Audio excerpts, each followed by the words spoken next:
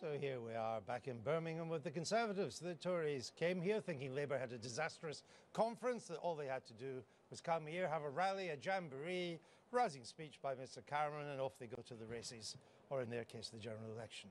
Well, 2 resignations later, in one night, it hasn't quite worked out like that. Let's look at the state of this conference as it gets underway. Our panel is still here. We're joined by David Davis. So, when are you defecting to UKIP? Never. Never? Never. You sure?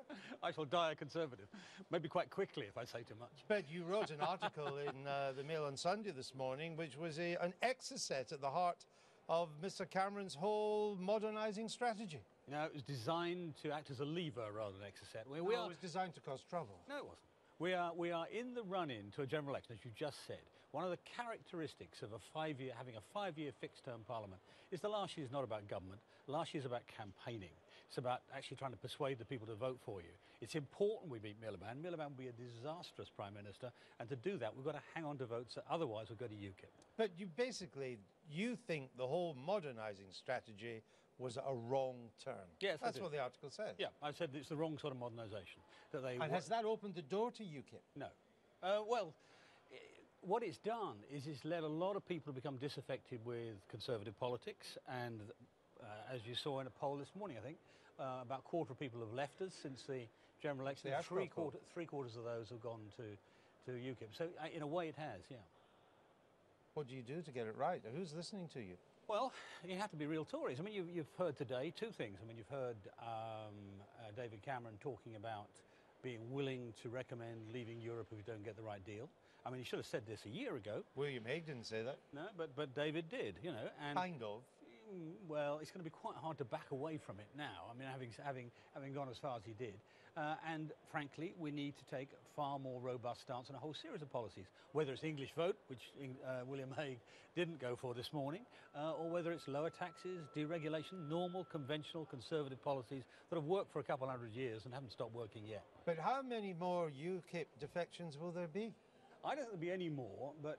You think? No, I don't. Not one when Mr Cameron gets up to speak on Wednesday? No, I don't think so. No, I would be very surprised at that. I mean, I know Nigel Farage has a brilliant sense of timing, but I don't think he's got the resources to do that, namely another Tory MP, you know. Yeah, so but it could be another Labour one then, maybe. Well, that's what he's trying to sell, isn't it? I mean, I think an awful lot's going to hinge on what happens in Rochester. I mean, because that's not a slam dunk the way Clacton is. It's not a slam dunk. I mean, Clacton, unfortunately, is going to be it looks like it's going to be a walkover for them. But Rochester's a different sort of seat. A lot of Labour voters, of course, it was Labour until under Bob Marshall-Andrews until 2010, until Reckless took it. And so, you know, there may be a sort of Newark phenomenon possible. When I campaigned in Newark, 2 Labour families I spoke to said we're going to vote Tory to keep UKIP out. Now, that might happen in Rochester. Who knows? How bad was the Labour conference last week? Gerhard Schroeder, after he had a really bad TV appearance when he lost the election, said his television performance was suboptimal. I think the diplomatic way of describing Ed Miliband's speech was that it was suboptimal. And Gerhard Schroeder was the German Chancellor. Indeed. I mean, I think the problem for Ed Miliband in memorising speeches is that, you know, we're not rehearsing auditioning for a newer Laurence Olivier. We're rehearsing for Prime Minister. He failed the Laurence Olivier test because he didn't remember his lines and therefore failed the Prime Minister test. And I think the real problem for him was forgetting to mention the deficit. He spoke from the heart about issues that he really, really cares about. The NHS, about the rupture between wages and inflation. Talked from the heart about that and forgot the deficit. Those issues are important, but if you're not addressing things like the deficit, then people are really not going to listen to your messages on the areas that matter in your heart to him. Was it bad?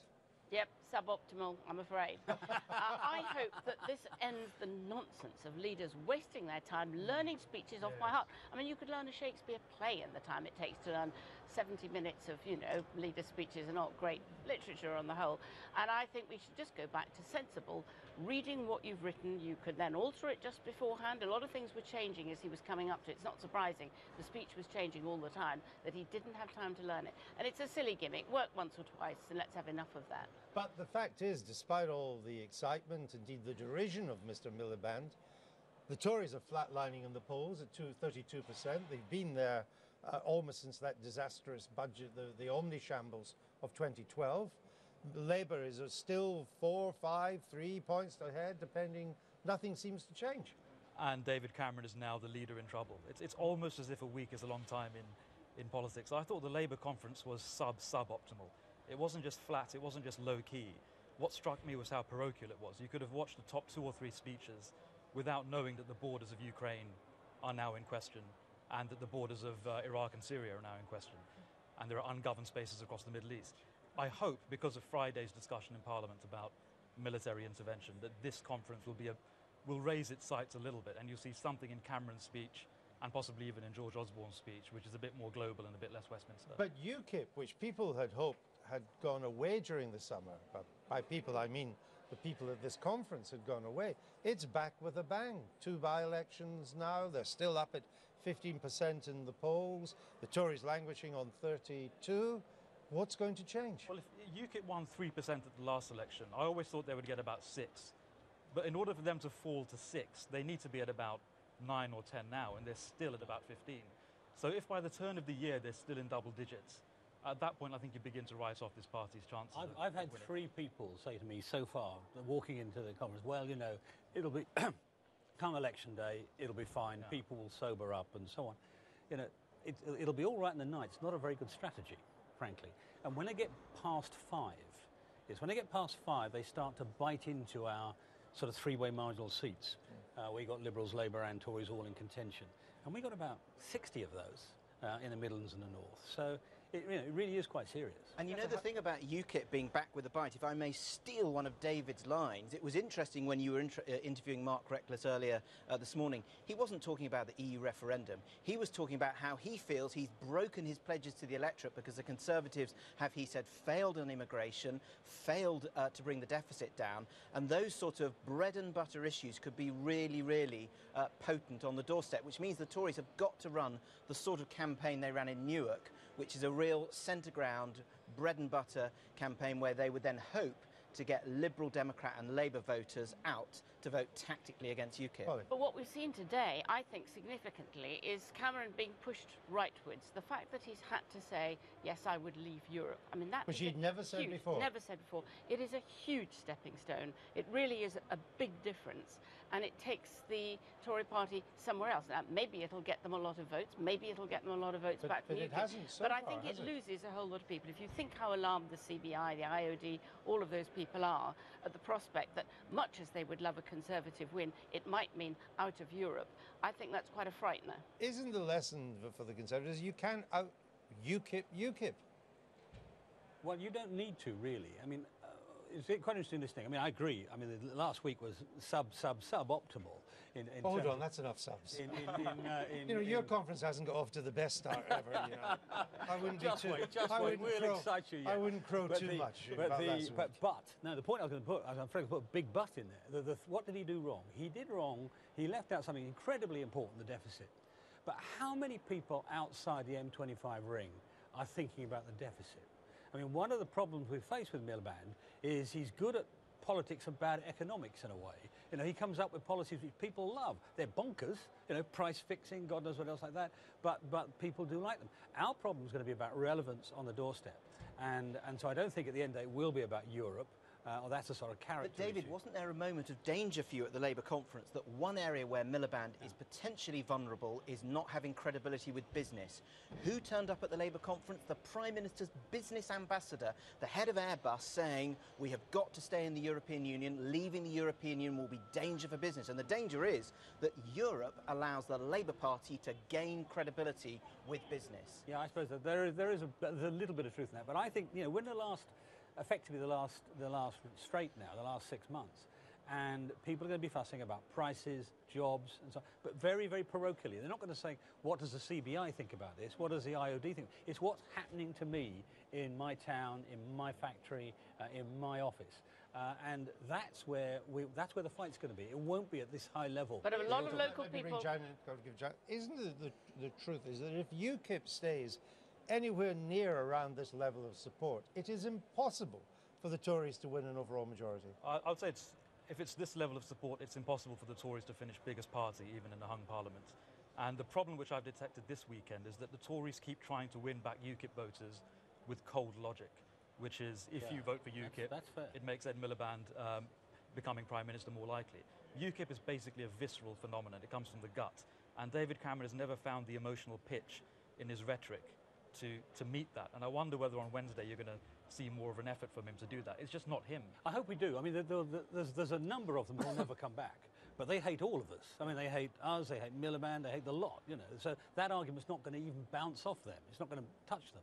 But yeah, I hope you're right, that we do actually engage on the emotion. To date, our emotional response to UKIP has been to insult them. It doesn't work. Actually, that increases their vote. I know that from my own constituency. So we have to say to them, you know, there is a wider Tory family. You know, we understand what you care about. We understand you're patriots. We understand you're worried about your family, and we do the same. What does it tell us, though, about the state of the Tories? Well, we're only 7 months from an election. The economy's going well. They could still win it. They're not that far behind Labour. And yet there's all sorts of leadership speculation as to who would replace David Cameron.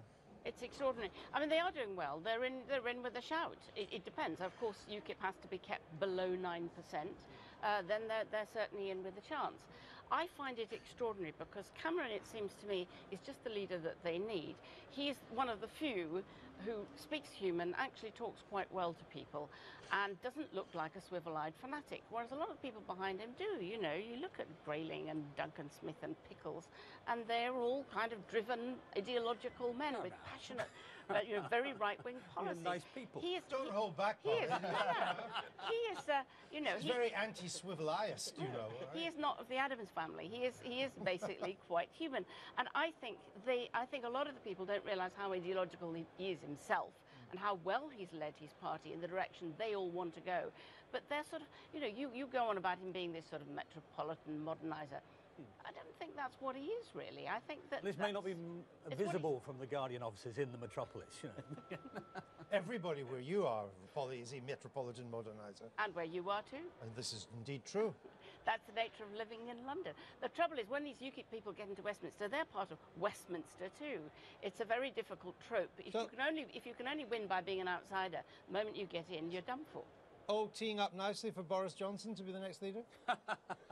No, I don't think so. No, you don't? No, I don't think so. No, I think, you know, look, the point of my, what you called exocet, I call lever this morning, is that I think this is winnable. I think that if we are good Tories for the next 6 months, we can do this. Okay. And it's by denying ground to UKIP, not giving in to them, not buckling to them, denying ground.